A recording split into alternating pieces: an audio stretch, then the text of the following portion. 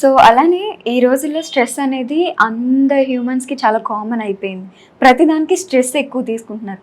So ఈ ఒత్తిడి తగ్గడానికి కొంచెం పీస్ ఆఫ్ మైండ్ ఉండడానికి, రిలాక్స్ అవ్వడానికి మనకి ఆయుర్వేదిక్ పరంగా ట్రీట్మెంట్ ఏమైనా ఉంటుందా? చాలా ట్రీట్మెంట్స్ ఉన్నాయి. ఫస్ట్ ఆఫ్ ఆల్ ఐడెంటిఫై చేస్తాం అసలు ప్రాబ్లం దేనివల్ల వచ్చింది అంటే, మన ఆలోచన విధానము చాలా ఏమైనా కాంప్లెక్స్ అయిపోయిందా, సో కౌన్సిలింగ్ ఇప్పిస్తాము. థెరపీ పాయింట్ ఆఫ్ వ్యూ చూస్తే ఆయుర్వేదంలో పంచకర్మ థెరపీస్ కొన్ని ఉన్నాయి. Main shirodhara is one of the best treatments. ఇలాంటి అంటే మెంటల్ కండిషన్స్ ఎప్పుడైతే ఆలోచనలు చాలా ఎక్కువైపోతున్నాయి, ఒత్తిడిగా ఫీల్ అయిపోతున్నాము, అసలు డిసిజన్ మేకింగ్ పవర్స్ తగ్గిపోతున్నాయి అన్నప్పుడు శిరోధార అని ఒక ట్రీట్మెంట్ ఉంటుంది. దీంట్లో మెడికేటెడ్ ఆయిల్స్ ఉంటాయి, బ్రాహ్మీ తైలం, క్షీరబల తైలం, ఇలాంటి ఆయిల్స్ తలపైన కంటిన్యూస్ గా పోస్తూ ఉంటారనమాట. అంటే ఇదన్నీ ఒక పంచకర్మ థెరపీ సెటప్ లో చేస్తాము. ఒక హాఫ్ అన్ అవర్ వరకు ఆ మెడికేటెడ్ ఆయిల్ తలపైన పోస్తూ దానివల్ల ఒక ఫైన్ ఒక ఏమంటారు ఒక వైబ్రేషన్ లాంటిది క్రియేట్ అవుతుంది, positive vibration. So that comms down the mind.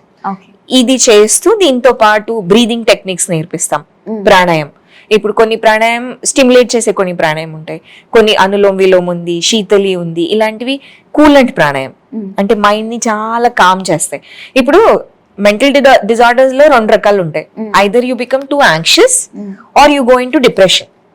So depression లో ఉన్న వాళ్ళకి ఒక రకమైన ట్రీట్మెంట్, యాంగ్షియస్ అయిపోయి చాలా విపరీతంగా మాట్లాడడము, ఆవేశము, ఎరగన్స్ ఇవన్నీ ఎక్కువైనప్పుడు ఒక రకమైన ట్రీట్మెంట్.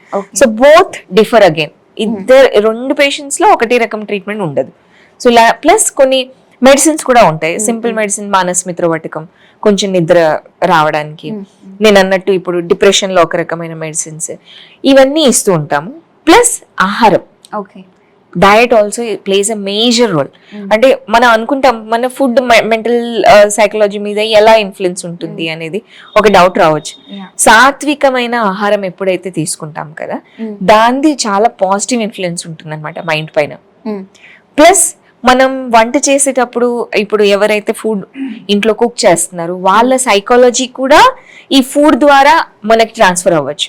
సో ఇవాళ రేపు ఏమైపోతుంది, చాలా మంది బయట తింటున్నారు, హాస్టల్స్ లో ఉండే వాళ్ళు హాస్టల్స్ లో తింటున్నారు, లేదంటే జంక్ ఫుడ్స్ తింటున్నాము. సో అప్పుడు కుక్ చేసే వాళ్ళ సైకాలజీ ఏముంటుందని కూడా మనకు తెలీదు.